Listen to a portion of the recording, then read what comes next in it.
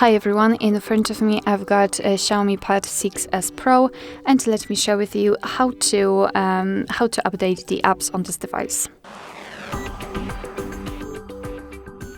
So let's begin with making sure that we've got the internet connection. It is required, and then let's enter the Play Store.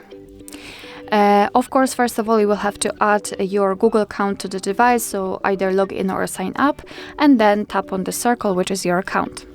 Then let's tap on My Apps and Games, and here let's tap on Manage. Tap on Updates Available, and as you can see here, we've got the list of apps which can be updated. So find yours and mark them. Of course, you can mark all of the apps and tap on Update icon in the right upper corner. Right now, your device will download the updates, and after that, they will be successfully installed and automatically updated. Alright, so that will be all. Thank you so much for watching. I hope that this video was helpful, and if it was, please hit the subscribe button and leave the thumbs up.